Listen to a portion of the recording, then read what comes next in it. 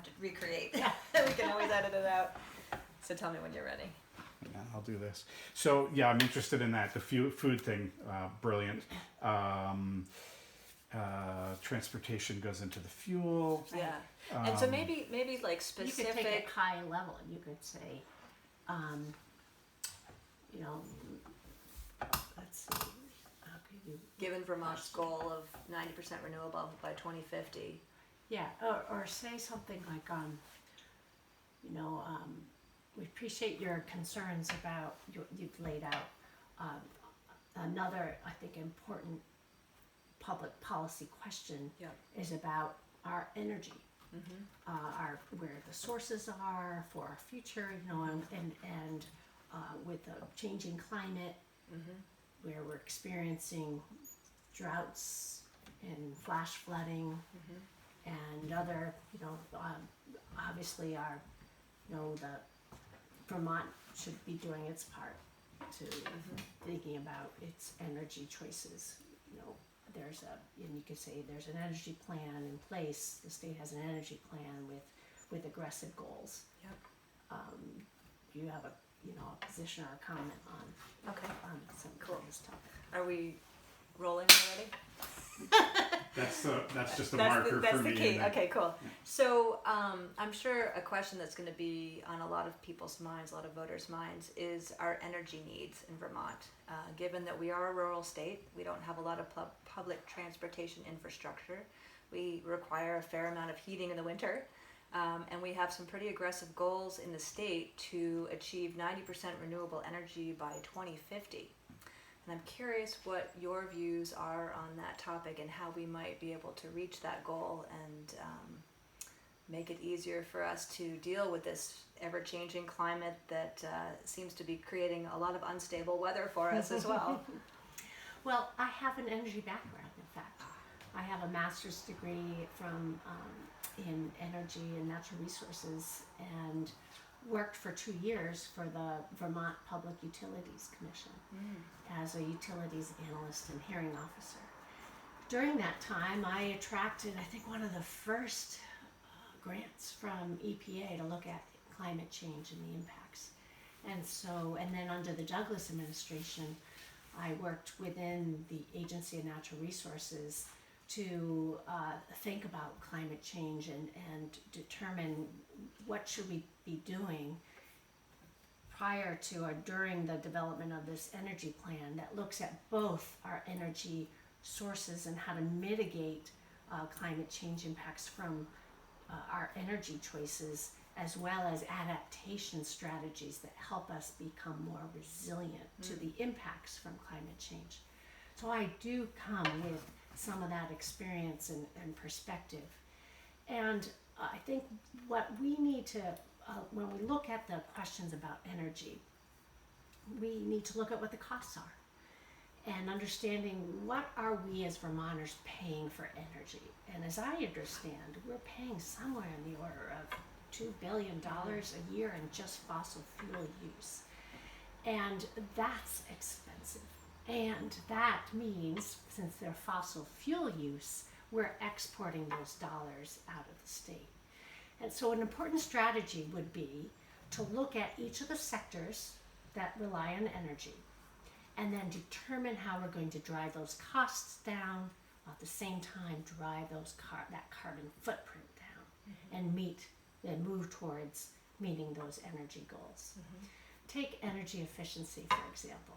We all experience those long, cold winters. We ought to be working for every house and business and every structure that we have to get as efficient as possible, energy efficient. So fuel efficiency, weatherization is absolutely critical. Our energy choices, whether it's lighting or other electricity choices, ought to be looking at the most efficient technologies possible and invest in those technologies. Take transportation. 60% of our energy uses are in the transportation sector. But you mentioned right away the challenges there, being in a rural state where people need their cars to get to work. a strategy that would be to evaluate those choices and determine what can we do to drive that demand for fossil fuels down. The one positive benefit from the settlement with Toyota, and with Volkswagen has been to establish a whole grid of charging stations throughout the state.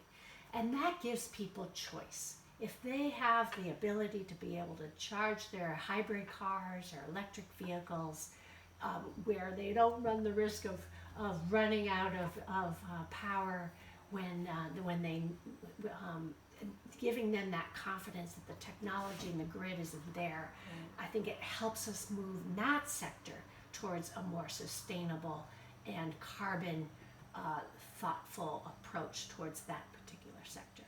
And then finally, when you look at electricity generally, we should be looking more at renewable energy as well. I look across every day when you drive down the street, you do see solar panels across the landscape, but I see an awful lot of south and west facing rooftops without solar panels.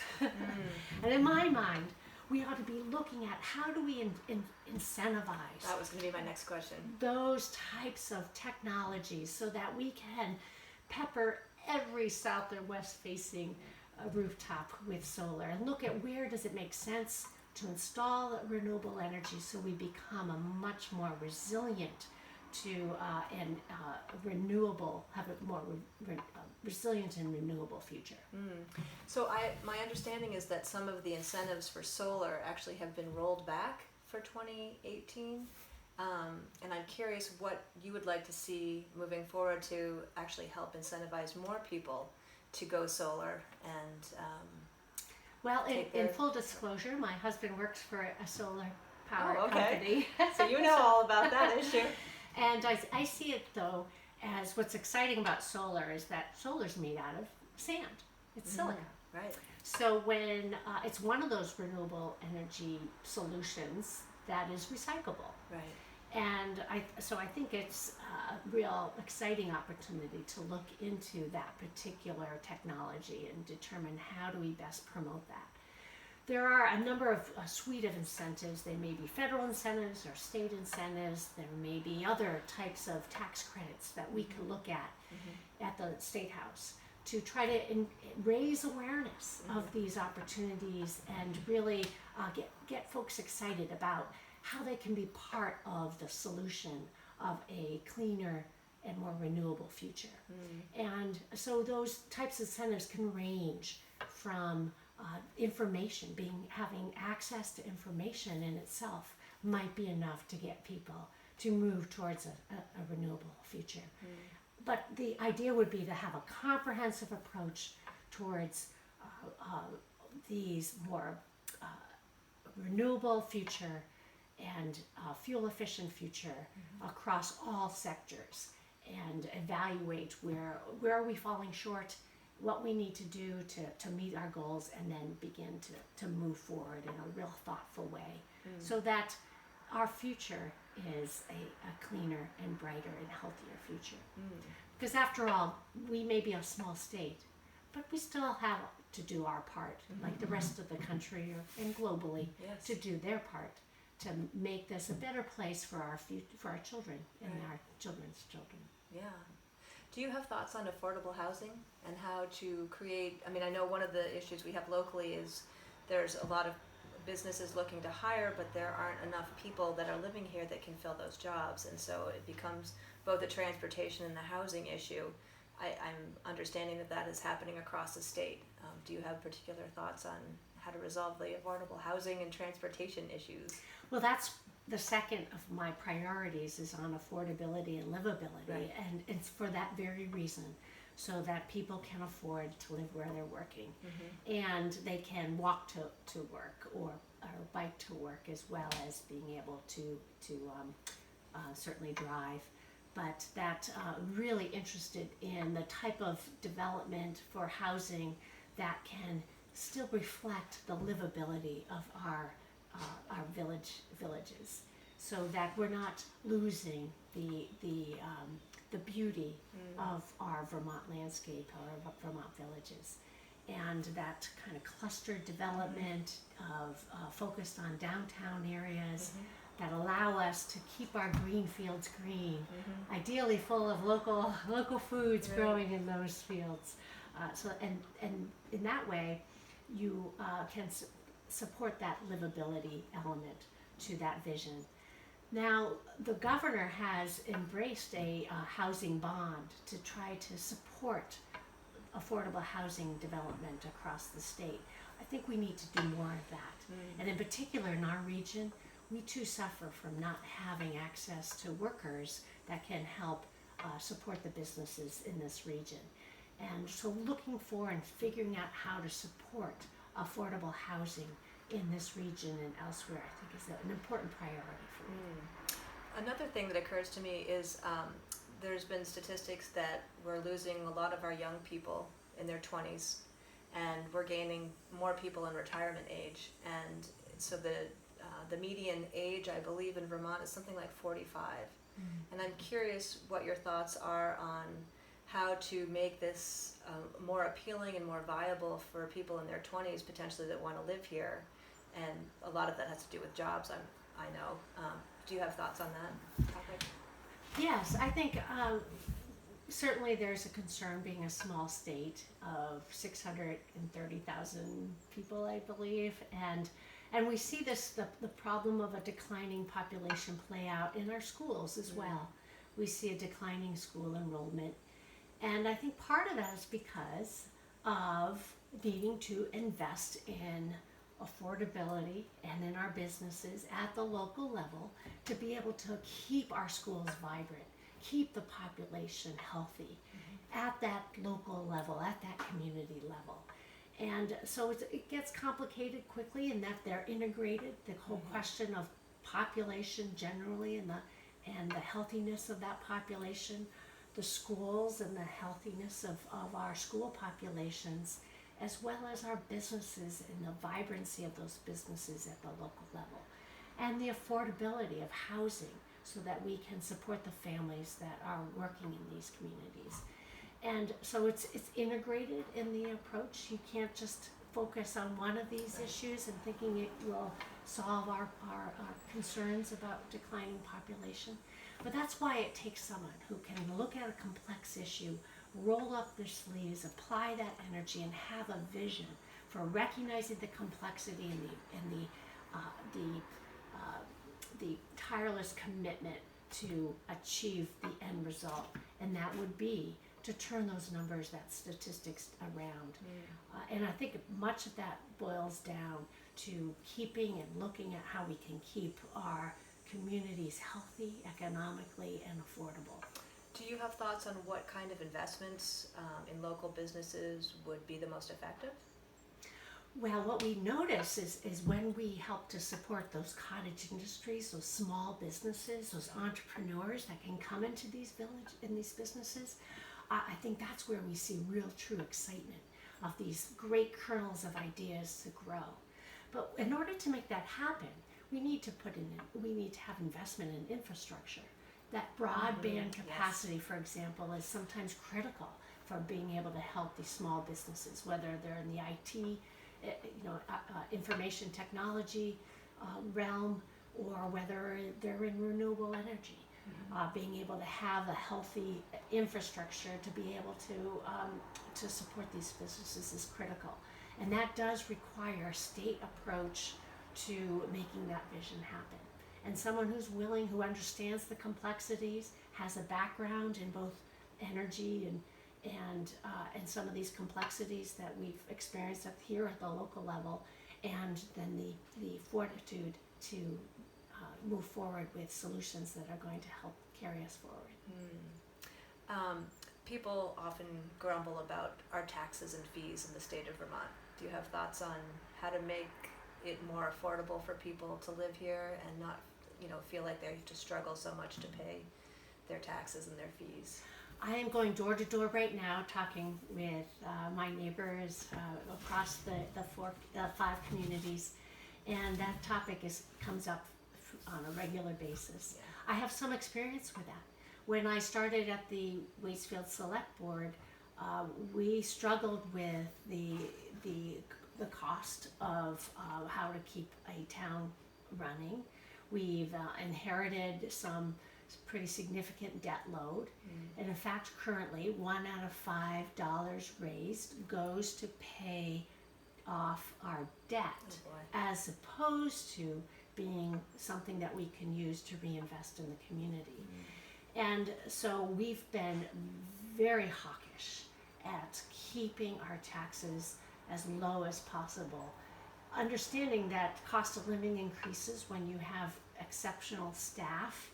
You recognize that there is a cost of living increase.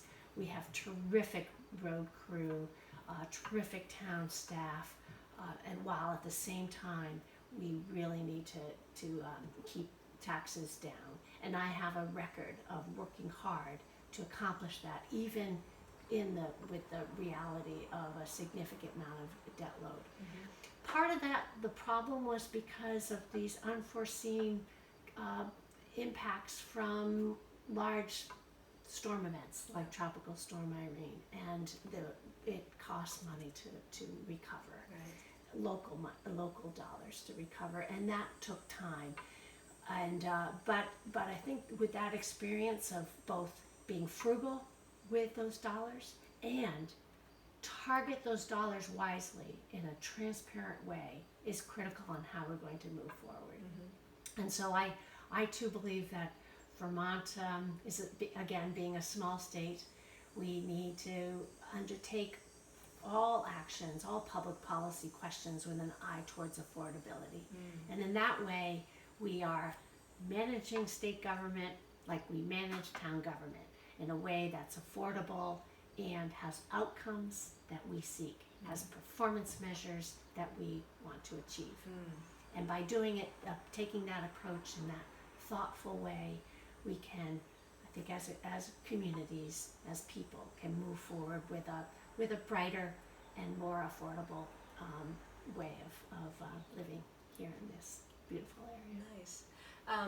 I know that tourism brings in a lot of people to our state, a lot of dollars into our state, as well as obviously skiing and outdoor sports. Is there something that you see needs to happen to attract more people, while at the same time balancing the issues of, too many people driving through downtowns and the whole traffic issue that some people have been seeing in different communities where they have more visitors visiting?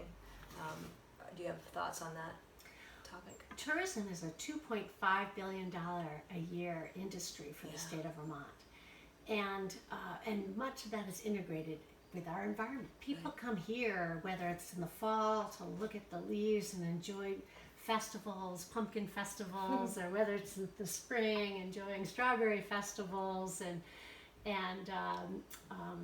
the turning of our leaves, or whether it's in the summer right now where it's just lovely if you're on the golf course or on a mountain bike, and of course in the winter time where we have just lovely places to ski at Sugarbush, at Mad River, at Ole's, at Blueberry Lake for Nordic skiing, or just in your own backyard. And I think we're just so fortunate living in this region where there's so much to do in the outdoors with just floating down the river, the Mad River. So it's important for us to continue to take care as good stewards of the land, and I think that people get that. Farmers are the best stewards we have, and I think that's why we want to really support agriculture and keep our farmland in farming. And our loggers are smart at how to minimize impacts on logging, and so we want to keep our logging lands logging as well in a sustainable way. And so much of that is about how to support our farm and forest economies and our local foods economy, because that's what I think attracts people to our landscape, is that beautiful landscape, that working landscape. Well, at the same time, however, there's terrific opportunities to expand in terms of advertising the beauty of what we have, or the opportunities that what we have. whether it's letting folks know about a whole network of mountain bike trails, or whether it's an opportunity to talk about how much fun it is to ski down these hills. I think that reaching out and creating a real collaboration, perhaps with other communities across the state, to attract those folks to see and experience the beauty of Vermont. There may be, obviously we joke about how sometimes you can love the goose that laid the golden egg, and you can love the top of Mount Mansfield, for example, where you can almost love it too much with having too many people and on one day on the top of Mount Mansfield, the highest peak in Vermont. And but I think that's where it becomes really important for great volunteers and organizations, like visitor centers and the chamber, to help offer some guidance to the visitors that come here, and then that way that the visitors can have a great experience, as well as the residents that live here as well. Mm-hmm. So I emphasize the partnerships that we have with our Chamber of Commerce and our other businesses in helping to best manage the number of visitors in any given one location is always something that we've done, and it's something we've certainly have benefited from, and we would want to continue to reach out and work closely with those organizations, whether it's Mad River Path or the Chamber of Commerce, to help in supporting tourists and residents alike. Awesome. One final question. What's your favorite thing about Vermont? Maple syrup. Seriously? We have waffles every Sunday, raising our kids with waffles with maple syrup. Nice. To fresh berries as well. Strawberries in the spring and blueberries now coming up. So I can't say enough about maple syrup. But I also just love skiing too. Yeah. So I'm often found either hiking those ski hills or skiing those ski hills depending on the season. But I love the landscape. I love the people. And I love maple syrup. Awesome. Thank you, Carrie. Thank you.